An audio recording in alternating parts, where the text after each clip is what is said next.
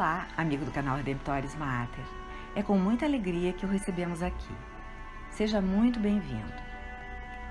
Hoje queremos olhar para a primeira carta do apóstolo João. No capítulo 5, dos versículos 1 a 6, vemos uma relação entre os mandamentos de Deus, o amor e Jesus Cristo que veio pela água e pelo sangue. Vamos procurar entender melhor essa passagem, que diz assim: todo o que crê que Jesus é o Cristo nasceu de Deus, e todo o que ama aquele que o gerou, ama também aquele que dele foi gerado. Nisso conhecemos que amamos os filhos de Deus, se amamos a Deus e guardamos os seus mandamentos. Eis o amor de Deus, que guardemos seus mandamentos. E seus mandamentos não são penosos, porque todo o que nasceu de Deus vence o mundo. E esta é a vitória que vence o mundo, a nossa fé. Quem é o vencedor do mundo, senão aquele que crê que Jesus é o Filho de Deus? Ei-lo, Jesus Cristo, aquele que veio pela água e pelo sangue. Não só pela água, mas pela água e pelo sangue. E o Espírito é quem dá testemunho dele, porque o Espírito é a verdade. Alguns elementos dessa passagem são claros e outros nem tanto. É preciso conhecer o contexto da carta. Assim como Paulo assumiu uma missão central com os gentios, a carta aos Gálatas, de Paulo, mostra que as colunas na Palestina, Pedro, Tiago e João, foram primordialmente aos judeus. É provável que João estivesse escrevendo para judeus que acreditavam nas Escrituras, em Moisés e na Torá, mas rejeitavam a afirmação de que Jesus é o Cristo, o ungido e Filho de Deus. Então o texto de João fala da fé, do nosso relacionamento com Deus em Cristo Jesus, e sobre a importância de guardar os mandamentos de Deus. O amor pelo Pai leva ao amor pelo Filho e vice-versa.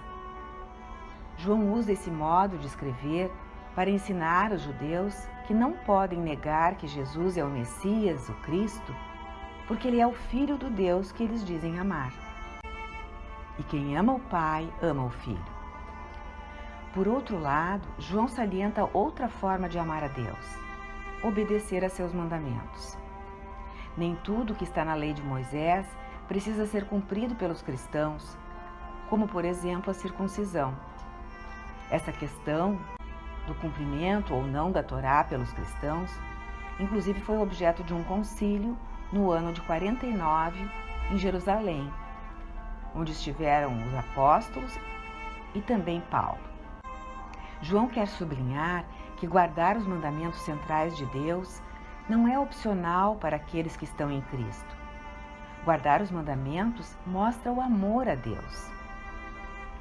Hoje em dia, a mentalidade moderna tende a pensar que os mandamentos são umas regras exteriores, que ou se cumpre ou se quebra, como qualquer lei. João está tentando mostrar um nível mais profundo de compreensão dos mandamentos, não apenas como regras a serem atendidas, mas como parte do amor a Deus e ao próximo. No início do século V, Santo Agostinho, escrevendo a respeito do livro do Êxodo, faz aquela clássica divisão das 2 tábuas dos 10 mandamentos que hoje conhecemos. Os 3 primeiros dizem respeito a amar a Deus e os demais a amar o próximo. Agostinho, no livro, perpassa cada mandamento, mostrando como eles estão ligados ao amor. Essa afirmação de João para os judeus a quem escrevia pressupõe o conhecimento do Antigo Testamento por eles. Por exemplo, o conhecimento do capítulo 20 do livro do Êxodo, onde o próprio Deus coloca a atenção ou não aos mandamentos na linha do amor.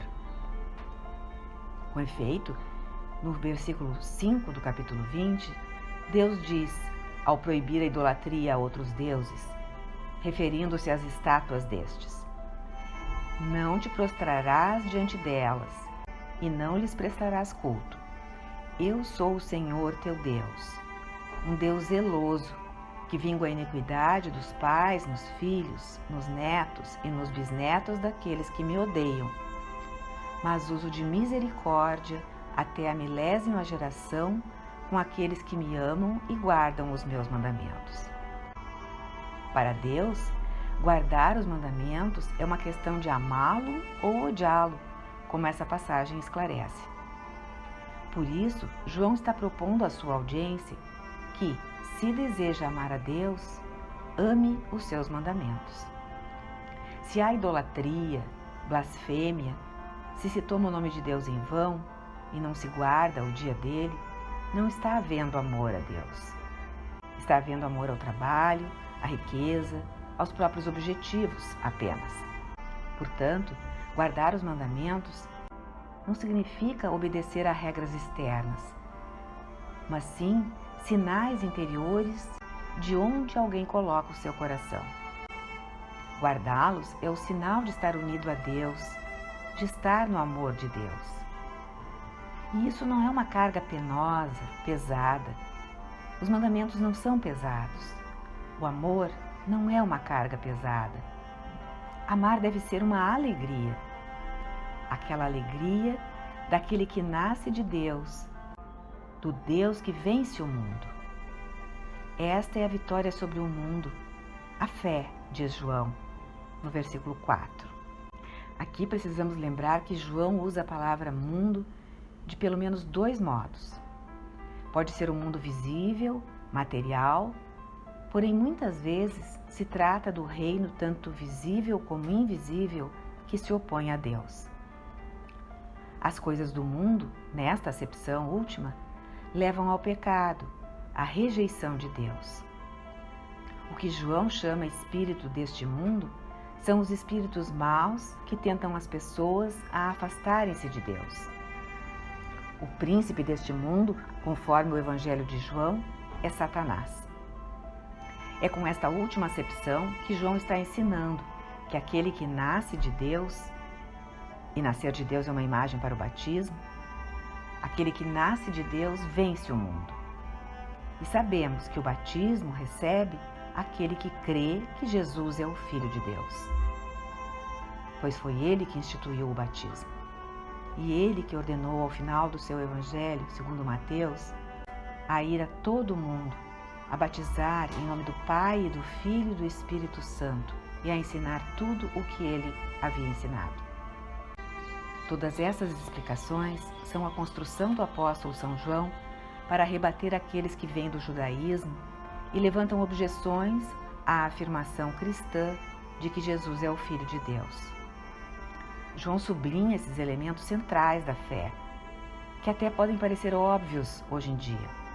Guardar os mandamentos, crer que Jesus é o Cristo, que é Filho de Deus, é básico para a boa nova da fé cristã de 2000 anos que chegou até os dias atuais. Porém, nas sinagogas, nas primeiras décadas da igreja primitiva, não era assim. Era preciso explicar e tornar clara a identidade de Jesus, sua autenticidade e divindade, além de ser Messias, mestre, o Rabi. Finalmente, João diz que Jesus veio pela água e pelo sangue. O que será que isso quer dizer?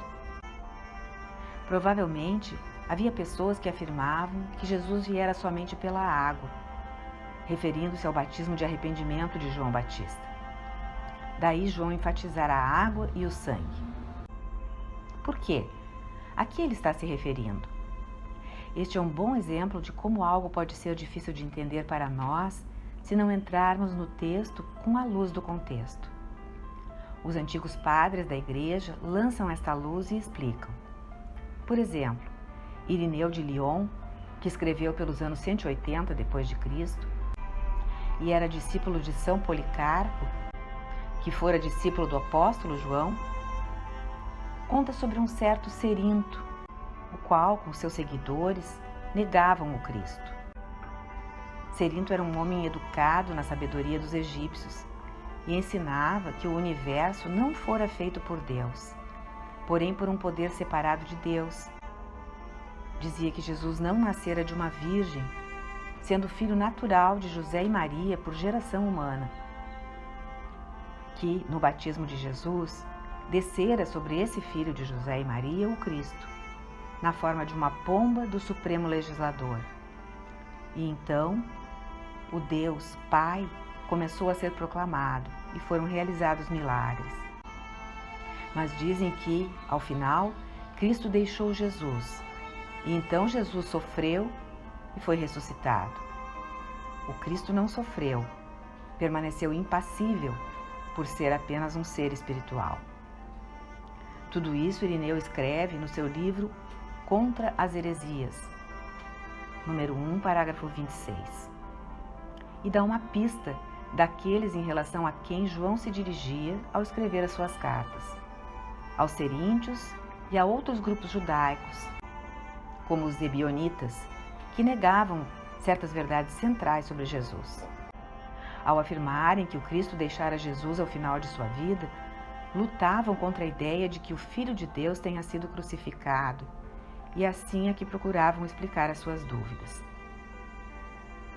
Perguntavam-se como poderia ele ser Deus e ao mesmo tempo sofrer, e não encontravam a resposta. Outros diziam que o sofrimento de Jesus Cristo fora fictício, sem compreenderem realmente o mistério da encarnação, pela qual o Filho de Deus realmente assumira a natureza humana sem deixar de ser Deus. Contudo, João lhes responde: não é assim como vocês pensam. Jesus não apenas é o Filho de Deus, mas ele veio pela água e pelo sangue. A inauguração do seu ministério público ocorreu pelo batismo de João Batista na água, mas culminou com a cruz. Tanto o batismo como a paixão e morte revelam quem é o Cristo. É o Filho de Deus. E João prossegue, afirmando quem testemunha essa verdade: o Espírito, que é a verdade.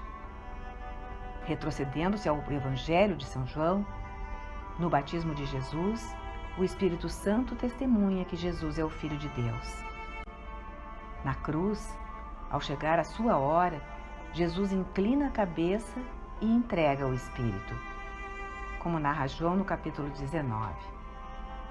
Portanto, o Espírito está presente tanto no batismo como na cruz, dando testemunho da identidade de Jesus, não apenas como o Messias, mas como o Filho Divino de Deus.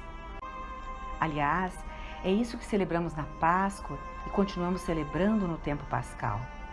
Não apenas o mistério da paixão e morte de Jesus, mas também a sua ressurreição pelo poder do Espírito Santo, que, a seguir, impele todos os apóstolos, inclusive o próprio João, e hoje a todos os que acreditam, a dar testemunho a todas as nações de que Jesus é realmente o Cristo, o Filho do Deus vivo, que nos amou, que se fez carne, que tomou a natureza humana e morreu em morte de cruz pelo imenso amor que Deus tem por cada ser humano.